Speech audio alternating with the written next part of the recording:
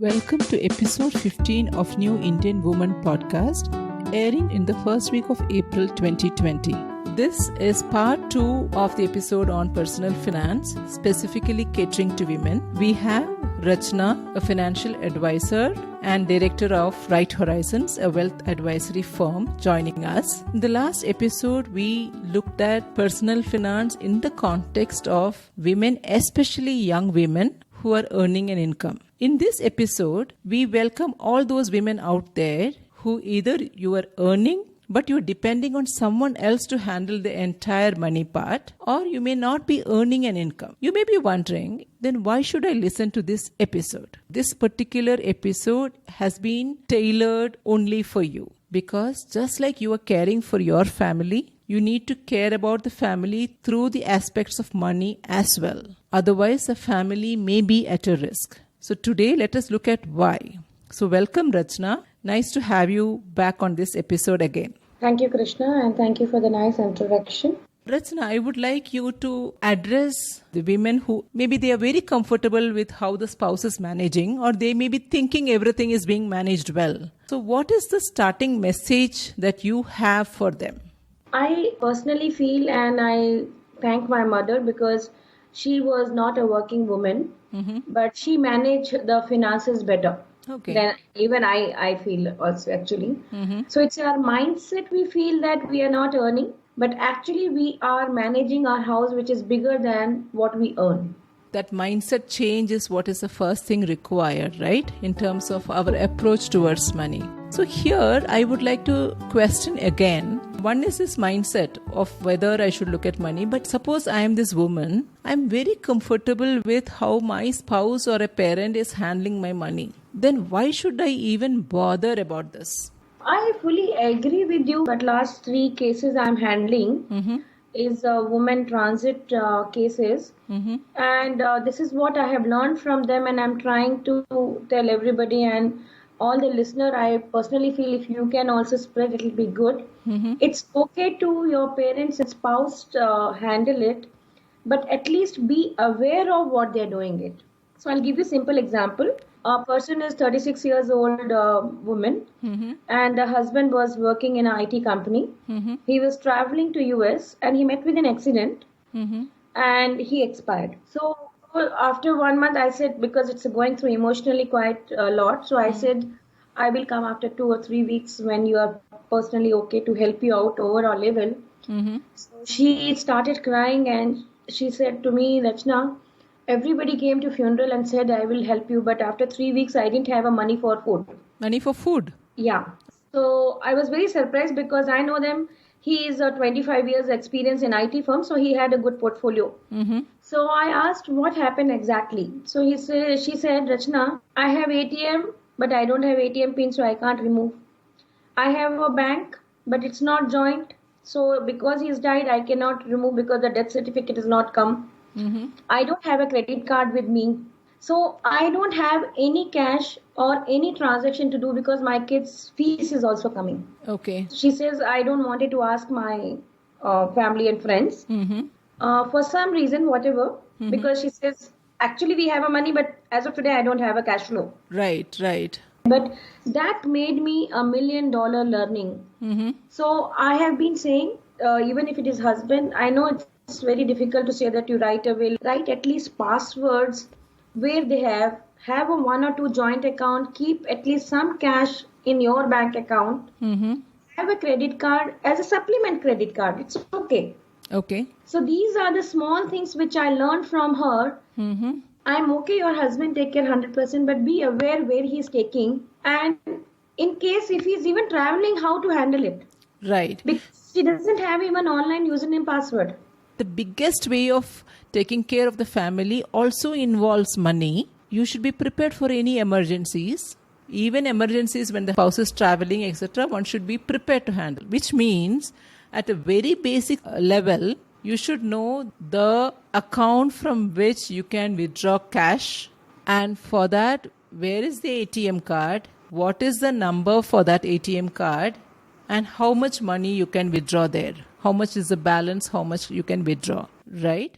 you can have an online access to know, even for a spouse or a father, to handle it. So that's another thing, like my parents, I'm trying to handle for them. So it's easy for us to know that, okay, they have this much money, so I can access in case of emergency. Okay. So I have seen two kind of emergency. This is, of course, it's a very drastic, but mostly I've seen on a health side quite high. Okay. So when you say health side is when the spouse or the parent is critically ill, Yeah. whether insurance is there, health insurance is there. Because when you are rushing to the hospital, immediately you need to make some payment. So for that, where is the money? Let us look at a woman. If she is in a city, she should know during an emergency how to withdraw at least 50,000 rupees. True. I am saying 50,000 rupees because you were discussing in the context of health emergency, because at least immediately you may need some money like that. At least that much if you know, you can be comfortable. You have some breathing space to contact relatives or whomever and for them to come and help you out. True. Okay, so that is the first step. You are in your mid-30s, early 40s. At that time, the house loan may not have got over. You may have taken loan for car. You are incurring a lot of expenses for children's education, which is not very cheap these days. You may be leading a good lifestyle. But at this point of time, what all should this woman be aware of? In the context of financial goals, should she also know what all are the financial goals the spouse or the parent has listed down? First of all, whether there is any financial goal at all. Yeah. So that's a good point, Krishna, you brought it. A lot of people say, Rachna, they are not aware. So I said, I'm okay with if they don't aware, but please bring it when I do financial planning with you. Because I'm telling you and you going to tell your wife, maybe 30 or 40% you must have forgotten. So that's a good thing that we should be aware of what are the goals. And second thing is how you're trying to achieve those goals. Okay, to reiterate, because it's a very important point, let us, for ease of conveying in this conversation, let us assume the spouse is handling the money. It may be spouse or the father. Let us just say it is spouse. The first thing you need to do is find out what all are the financial goals for your family. And if you have been staying away from any money related matters all this while, if one fine morning you're going to ask this question, the people at home are going to be shocked. You will have to convey this is not because of any lack of trust or anything. It is just that you feel the time has come for you to start knowing about such things. And if in this situation of the spouse not being cooperative, you need to actually insist. It may take some time, but over a period of time, try to understand what all are the financial goals for your family. If the spouse does not have that articulated, maybe it is time for you to take him also along and say that we need to have financial goals. Okay, both of us do not know what our financial goals are. Now let us take the help of a financial advisor. If the spouse already knows financial goals, sit down, write it down, figure out how it is happening. Are we safe? So if we have planned for children's education, are we likely to have met that requirement? Most of the jobs, if you are not in government or bank jobs, you are not likely to have pension. So do you know whether you will have a pension or whether your husband will have a pension after retirement? So these are the questions for which you should know the answers. Please sit with your spouse, try to understand, or like Rachna was saying, go along with him for these discussions. You may not understand half the things. It is okay. The first step is to understand the financial goals. And the second step, Rachna, in terms of where we are with respect to the financial goal, is it? Yeah, mainly when I meet a couple, we have things like saying that how much is your income monthly and how much is your expense.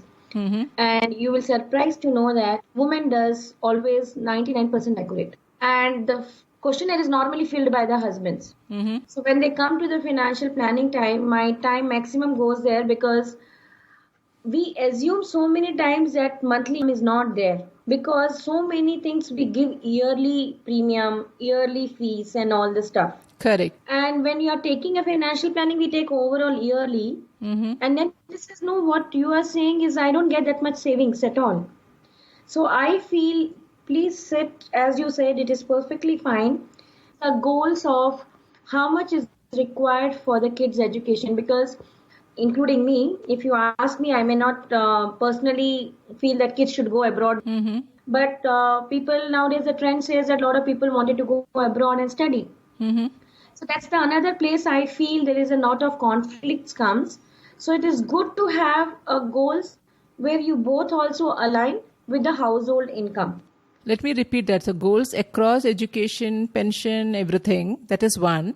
When it comes to expenditure, the monthly expenditure of running the house, the woman may know better. But you are saying we should also factor in yearly or quarterly kind of expenses, which happens for premiums and school fees and things like that. Nowadays, I feel tracking expenditure is extremely painful because there is credit card, there is debit card, then there's supplementary card for the children, and so many things are happening online. So it is very difficult to figure out how much is your monthly expenditure, right? It is not enough to look at one statement alone. Maybe you are likely to have multiple bank accounts. It sometimes becomes a complex process, but I would still request the listeners to take these statements, do that homework from your banks, and then arrive at your monthly expenditure. Do not have a guess around it. My monthly expenditure may be this much rupees.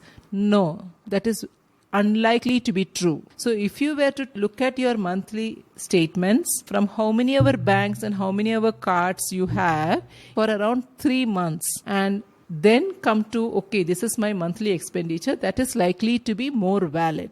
I think so. By nature in India, we are been doing, I don't know about next generation, to take care of our parents. Right. You like to take care of your parents or give some money if they are not getting a retirement or pension. So that also we have to start looking across. Okay. Parents' medicals are going much more beyond than what we can think of. Okay. So that's another things which I'm been trying to say. Please consider if you are taking care of your parents, means if your parents are dependent on you, how to take care of their monthly expense versus the medical. Right. So the parents, their medical, because they may not be covered as part of their insurance, they may just be receiving some pension amount. So insurance planning becomes a big thing during this phase of life, right? Yeah. Is there some kind of a template or a form that we can share with our listeners which they can use? This is where all my policies are. This is where all the documents are. Because they may not have the documents. The lady may not even know where the house-related documents are or insurance-related documents are. These are the policies. These are the pension-related schemes that I have enrolled in. These are my passwords. These are the accounts. And again, checking for all the accounts and all the investments, whether there are nominations. Is there a complete list of things that a family should maintain? Is it possible to have a standard list? Yes, we do have. We are being trying to educate people. It's okay to write a will even when you're young. So in that, we keep telling that you write even if you have a locker in which bank. So you don't have to say where your keys are, but you should know that whom a person should approach with. Okay. So one document we try to write all the physical assets or the financial assets. And in case something happened, where somebody should look that document also. Okay. So now my PAN, Aadhaar and driving license and the medical card of full family, I have put it in a family group with a star mark. Okay. So because that's minimum somebody is required in an emergency perspective. One is in terms of quick reference for emergency purposes. I wish for the listeners we can give some link to some kind of a document which they can take a printout and fill it up and keep it handy. Yeah, perfect. I'll give it. I somehow see my friends, colleagues and all sharing credit cards with their teenage children. In terms of a family culture, how open or not open we should be about the use of credit cards, the same credit card across the family.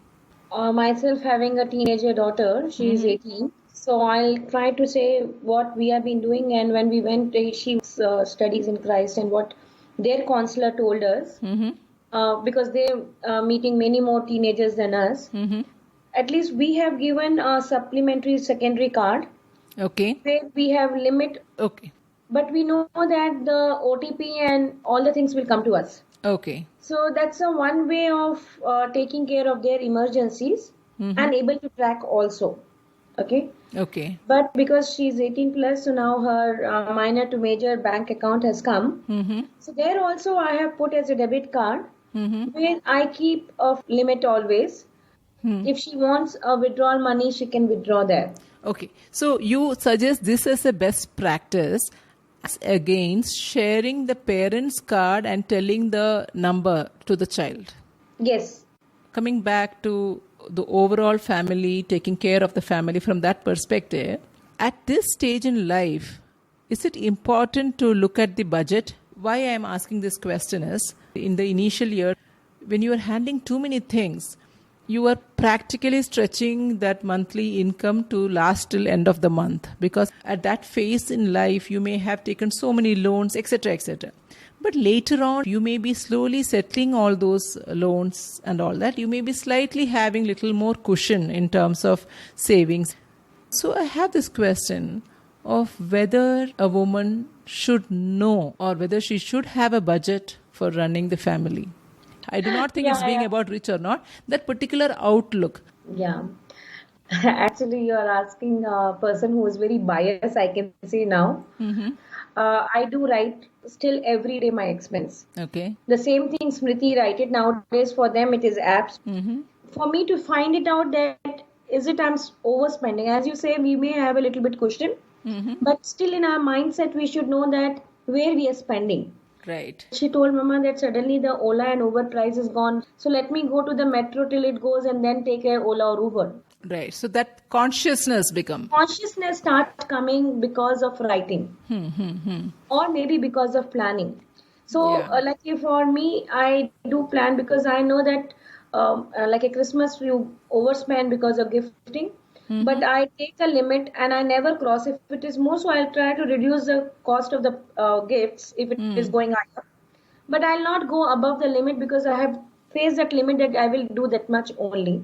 So I still feel that made me more planned and having a more investment side more to think that where awareness goes high and you start looking different options also. Right. Interesting. I hear many of my friends and many people when I read about in magazines and all also, people talking about how this online shopping is, they go crazy over it. And it looks as if it is not big spend. At this stage in life, they can afford a few thousands a month definitely. And they tend to splurge a lot on online shopping. They themselves are talking that I just lose control when I start doing online shopping. When you are maybe touching 40s or mid 40s kind of that age group, what should be the concept around finance? Regardless of whether you are earning, you are not earning, each family may have their own ways of doing things, but overall, what is good for better financial health? Give a budget to yourself that you will spend on yourself on that month. Okay. So it depends, and I always make sure if I do good, for me, like going for a head massage is the best thing. So they know that if I'm happy, I'll go for a head massage, or if I'm not happy, I'll go for a head massage. Okay. Sometimes people give me gift also as a head massage only. So I'm trying to say we should have to gift ourselves also. So we should be very clear ki how you want to gift. So it may be online shopping, it can be meeting with the friends and having dinner or whatever you feel. Because that's the best part of the woman, that we are so emotionally and socially good. Overall, what you're saying is, regardless of whether you are having a comfortable savings, whether you are just about managing your monthly expenses, regardless of what status you are in, it is important to have an overall family budget. Yeah. Plus, you set aside some money for yourself, for your own indulgences, happiness, whatever. But have a limit for the overall family budget as well. Some months have suddenly so many birthdays and anniversaries in our house. Few months it's not there at all. I keep a limit and account when I do the household. So sometimes it is good to have it those averages, because I have seen and what I have been doing to make sure that okay, we'll go only once a week only outside food. So I'm saying that budget also we should keep it in the mind that how often you wanted to have outside food or maybe movie or whatever. And in the family budget, factor these yearly kind of expenses and monthly expenses and set aside money for investments which addresses all of your financial goals. Well, let's assume a lady listening to this, she may be thinking her spouse is taking care. So after this podcast, maybe she's going to sit with him and try to ask this question: is our family secure financially? So if he says yes, then it means what all areas? I would say yes, we have some kind of income for our retirement, kids' education, whether any outstanding liabilities, any loans, etc. are there, children's marriage, expenses towards parents, both health and monthly expenses if you are supporting them, and any other area? Yeah, any other goals which they preferred family members to be taken care of. But you have considered everything. So we try to make sure that if these are being taken care of, in case of any eventuality, that we are safe. Okay. Especially I wanted to say, if your husbands are a business person, please ask this question as a business if you have a liability also. Okay, wonderful. Because I'm facing another case. The mother didn't know that the liability of the business has come to her, which is too huge and she is not working. Oh, okay. There is another thing I have found and going through one of the families, they have taken a soft loan to a lot of people. Okay. And people have misused because they didn't write anywhere. Oh, okay. So wife was not even aware that they have given so much loan to the maybe fans, family and relatives. Because they didn't write it, so nobody gave it. So sometimes it's good if it is a soft loan also. Okay. You write somewhere in a diary so you are aware of that somebody is supposed to pay you back. Another point I want to highlight is this whole discussion about money. If you look at it, we have been discussing for the major part of this episode without looking at how to invest money. Because always when you talk to a woman about money, they say, I do not know all these things. I really do not know how it works. What they actually mean is, one is, if I go to a bank, how should I talk to, whom should I speak to? All that is one thing. But another thing is, I do not know how to invest money. So right now we are saying whether your money, how it is growing is not what we discussed in this episode. That is the next step. True, I agree. First step is to be aware. Yes. For that, there is no need for a fear or anything holding you back. True. Just be aware. Your Yes. money, maybe your husband has put it in some kind of an investment where it is giving less returns, more returns. We do not know. But that is not the focus here. We are not expecting you and your husband to be experts in figuring out where to put the money so that there is maximum returns. No, we are looking at how to make the family more secure financially. That is the first step. Once you are reasonably confident about that, you are comfortably placed to meet the goals, then the next step comes, okay, let us look at whether our investments can get better returns. That comes later. Fully agreed. I keep saying that the finance for me is when it gives you peace of mind and the best sleep. Yes. So lack of awareness may be giving peace of mind today, but that you may be sitting on a bomb. Rachna, is there any specific thing you want to give inputs? We are talking about this particular age group. When I say age group, broadly women who are earning, whose money is handled by the spouse or the parent, or women who are not earning money, maybe after their 30s, mid-30s. What is it that they should not be doing? I always feel two things they should consider. How to make sure that what is a long-term benefit versus short-term benefit. Okay. So most of us nowadays, as I was talking in a previous also, the trends are saying, Rachna, I'm okay to pay 10 lakhs for the vacation, but not for retirement, because when I'm retiring, my hand and legs, I may not be able to go for a vacation. But I always says for me, the vacation can be a much more reasonable, Right. not necessary to have a very luxurious vacation, because it's where your place and the people whom you're going, that's more important. Correct. I was trying to say people, two mistakes which people does. One is, it's good to be over ambitious, But because of overambitious and our goals are not met, they don't start the investment. They keep prolonging. Okay. It is okay now, as on today, instead of 40,000 rupees I have to invest to achieve some goal, I have only 10,000. You start with 10,000. Right. You can step up later on. Right. That's two things I want to say, that it's okay, it's fine to start up with the much lower than what is required, but don't prolong, because thinking that I will anyway not able to achieve, so not to achieve at all. Right. Second thing is, have the goals which is more reasonable, looking for a long term and a short term. Right. Because even if you have noticed now, even the government jobs like a BSNL and others, they're also not having the fixed salary. They're asked them to move out. Right. So it's okay to think about that. I have a good comfort, but I should make sure that I'm saving for my tomorrow. Yeah. Another side benefit of this particular tip that you gave, if you are looking for long term, the earlier you start thinking long term, it is better, because you may even be in a position to retire early. Yeah. What more can you ask for, right? Because if you can retire early and be with your family with that much less stress, because your financial goals are met. If you want to continue because you want to continue, that is different. Meeting your financial goals gives you so much more freedom to do many things, to take many decisions.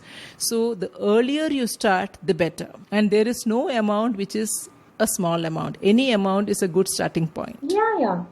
And I fully agree that financial goal achievement give you a lot more power of decision taking than anything else. And especially even for me, I was not even have second thought. People says you are on peak of your career and you're quitting. So that decision comes within a fraction of a second, even you're at peak of the career or not peak of the career. Right. So that's a very good point you have brought it. So if you are sure that your goals are met, you can take the decision. And a lot of people started doing what they like to do. So even I keep saying that, okay, I should learn photography or maybe dancing. So it's a best way to keep going back and learning what you wanted to do before. Right. Financial freedom is something that our generation is seeing for the first time. Maybe our parents' generation, it was quite unheard of. Maybe it happened as an exception. In our generation, we are hearing a lot of people with financial freedom, and we need not think that all of them are rich. In the sense they made or they won a lottery or they started a firm which got bought by some big firm. While such cases do happen, there are many people who have had financial goals and they started early and they are able to get the benefits of that. Fully, I agree that I think so. All of us, at least our age people, have seen our parents have a problems on a money. So we all saved from the start. And that gave us an edge of having a financial freedom at maybe in 40s or early 40s. Right. Wonderful. On that note of start investing with whatever money you can and have a good balance of short-term and long-term goals. And the most important point is be aware the financial security of your family is also in your hands. We will end this episode. Thanks, Rachna, for all your wonderful inputs. Thank you. Thank you, Krishna. I just like to add one more thing, because that's a way we try to teach kids. So I have been doing and wanted to do a value of money for kids. If they are 18 plus, give them a money for 1 month, how much you use for a household, and let them spend it for the month. Wonderful tip. I would really like to try that, and that would be a good grounding for the children. Yes. Children, yeah. Thank you. Thanks again. Thank you. Friends, I hope you found the tips in this episode very practical and doable. Hope you will start looking at the financial security of your family soon. If you feel this episode would be helpful to your friends and family members, do not forget to share this. If you're listening to this using a podcast app like Castbox or Stitcher or Spotify, there's an option to share the episode from the app itself. Do not run away from finance and money matters. You are the new Indian woman. Why should you hesitate when it comes to money matters? You have learned so many skills over the years, and this is just one more. Remember, you are what you want to be, and the time starts now.